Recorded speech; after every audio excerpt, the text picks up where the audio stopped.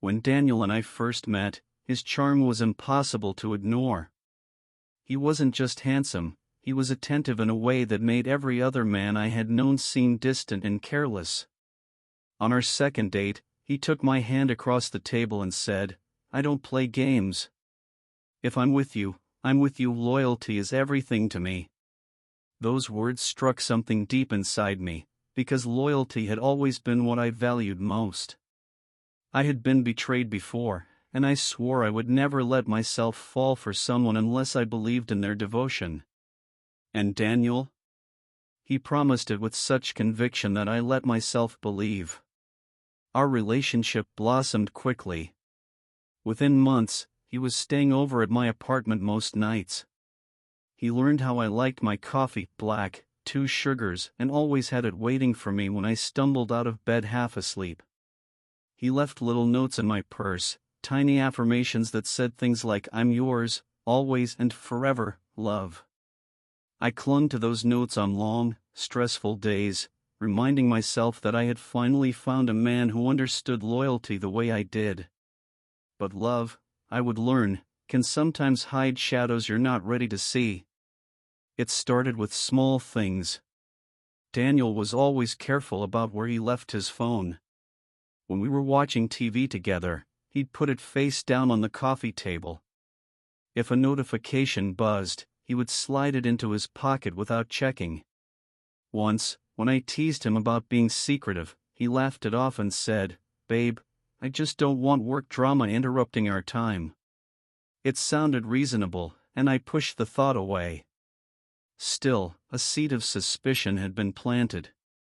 One night, weeks later, Daniel fell asleep on the couch. His phone was in his hand, the screen still lit up. I wasn't the type to snoop, I prided myself on trust, but something inside me whispered to look. My hands trembled as I gently pulled the phone from his fingers. At first, all I saw were harmless messages, group chats with coworkers, reminders, and the usual banter with his friends. Then, I found a thread under the name Emily. My heart skipped. Emily wasn't a name I had heard before. I opened the chat, and what I saw made my stomach twist. "Last night was perfect. I can still feel your hands on me. Wish I could leave work early and sneak away with you. She doesn't suspect anything. I promise." Each word cut me deeper than the last. My chest tightened as if the air around me had thickened. He had promised me loyalty, sworn it as if it was his very nature, and yet here was the truth, written in plain text. He wasn't just flirting. He wasn't just confused. He was cheating. I wanted to throw the phone across the room, to wake him up and scream until my voice broke. But instead, I sat there frozen, scrolling further. There were pictures, 2 selfies of her, giggling in bed, him shirtless in what looked like a hotel room. The timestamps told the story I didn't want to accept. This had been going on for months. Finally, I couldn't sit in silence anymore. I shook him awake, tears already burning my eyes. "Who was Emily?" I demanded. His face went pale, then flushed. "What are you talking about?"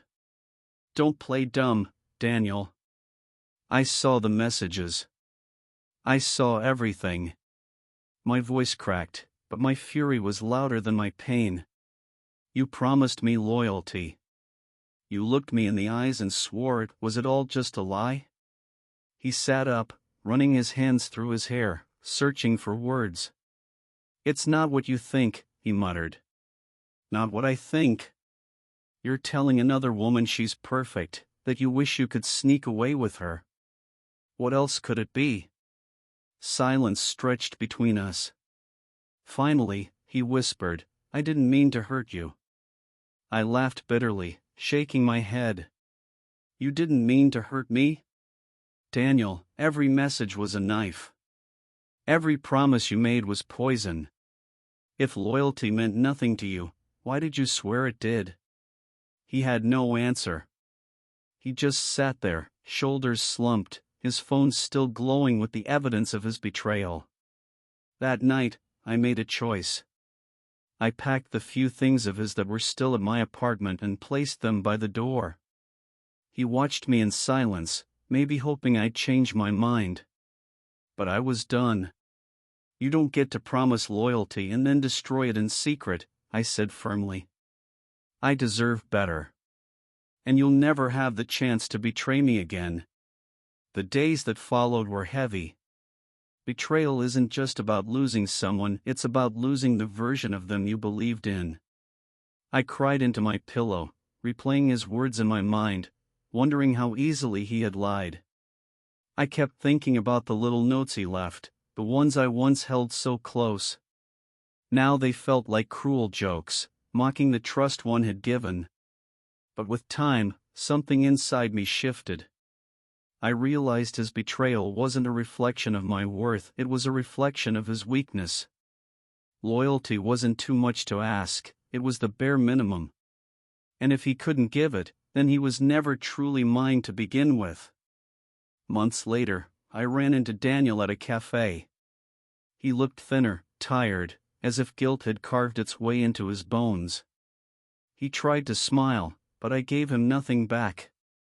For the first time, I felt free. He could live with his secrets, his broken promises, and his regrets. I would live with my truth, that I walked away with my dignity intact. Because he promised loyalty, but his secret messages told another story. And I chose to write my own ending instead.